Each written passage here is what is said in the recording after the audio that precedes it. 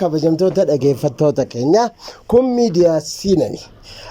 Arra keessummaa takkaan qaba. Keessummaan tiyyatuun haakima saayikiraatistii egaa isumaatu isin ibsa waan irra baratte mee ummataaf gara miidiyaa siinan kanaan ummataaf gorsa akka kennituuf keessummaa keenya godhannee istuudiyoo keenyatti argamti. Baga nagaan dhufte.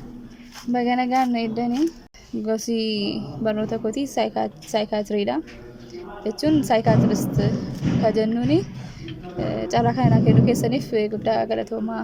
Ayyee galatoomaa isinis waan beektan uummata nu barsiisuuf hagaasii dhufuu keessaniif mee ogummaa keessan kana hedduun baramne biyya keenyatti waa'ee ogummaa keetii kana maal ibsita? Ogummaan keenya akka sirriidha. Ka biyya keenyaatti kan bira ga'amu ta'a. Gara fuulduraatti immoo sirriitti hin barama jedheen abdii qaba. Kun immoo rakkoon jalqabaa akka jirutti ta'ee hawaasni kan keenya yaaliin kun jiraachuu odeeffannoo sirriin qabu natti fakkaata.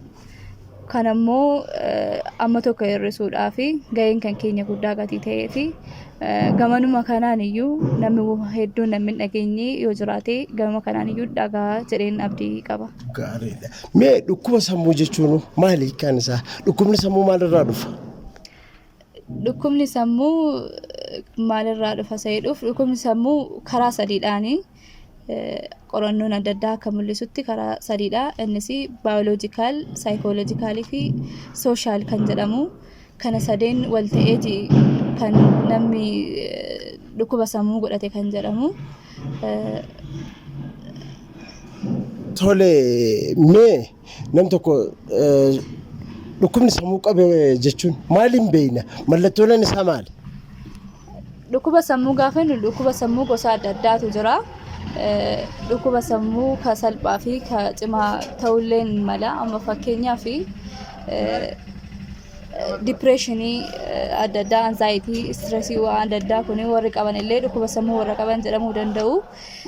Dhukkuba sammuu warra ciccimaa kan jedhaman immoo fakkeenya siizofreeniyaa kan jennu kan uummata karaarra deeman kan qullaa deeman karaarra deeman sun siizofreeniyaa kan jedhamanidha. Baayipoolaar peeshanti kan jedhaman illee ni jiru. Kanaafuu dhukkuba sammuu gosa adda addaa jira. Mallattoo adda addaa irratti argineeti kan namni kun dhukkuba sammuu qaba jennu. Inni jalqabaa bakka hawaasarraa adda yeroo itti ba'udha. Hawaasa wajjin jiraaturraa adda yeroo itti ba'u kana gaafa jennu jalqaba haala qulqullina isaarraa kaasnee ilaaluu dandeenya. Qofaasaa kolfuun jira, qophaa haasa'uun jira. Ani al tokko kophaan hin koflaa bara waa yaadadhe. Sanallee amma lafaa kaanii namni tokko diisoodarii qaballee jechuu hin dandeenyu. Diisoodariidhaan tokko diisoodarii jechuudhaaf kiraateriyaa mataasaa qaba.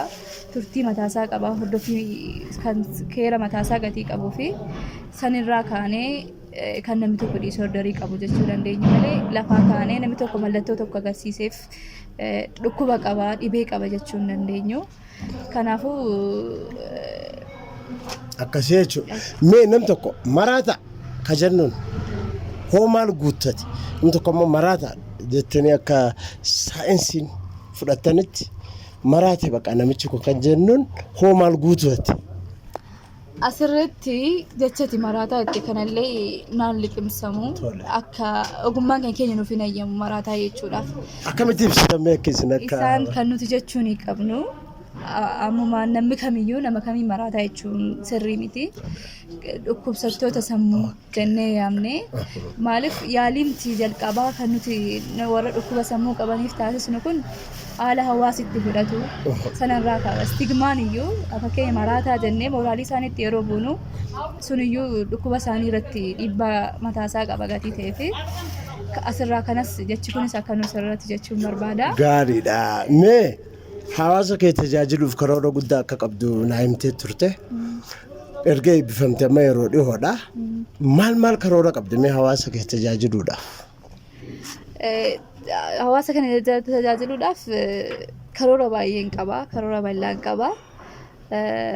Jalqaba irratti awareness uumuudha waan kana irratti hawaasa barsiisuu yaalichi maal akka ta'e dhibeen sammuu maalirraa akka dhufu maalirraa akka of eeggachuu qabanii namoota dhukkuba kana qaban immoo akkamittiin yaaluu dandeenya akkamitti gargaaruu dandeenya akkamitti sammuu isaanii eeguu dandeenya warra dhukkubsatanii naannoo keenya jiran immoo mana yaalaa deemanii akkamitti akka yaalamuu danda'aniin illee sana beeksisuu qabna dhukkuba sammuu gaafa jennu immoo dhukkuba warra karaarra deemanii warra qullaa deemanii qofa osoo hin taane kan dhukkuba gaggabdoo kan warra kuffisaa qabanii illee ni jira.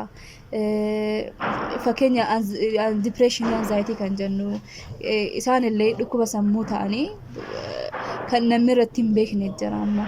Kan mana keessa callisanii ta'anuu hawaasatti hin dabalamne of isolate of godhanii jechuudha hawaasarraa adda of kan baasan illee ni jiru gatii ta'ee fi isaan sanallee naannoo keenyatti gatii arginuu fi deemanii yaalii akkamitti akka argachuu qabanii isa kanallee hawaasa yoo barate hawaasa odeeffannoo yoo qabate kana kan gochuu danda'u kanaafiyyuu kan hawaasaa awweer gochuun ga'ee makan keenya.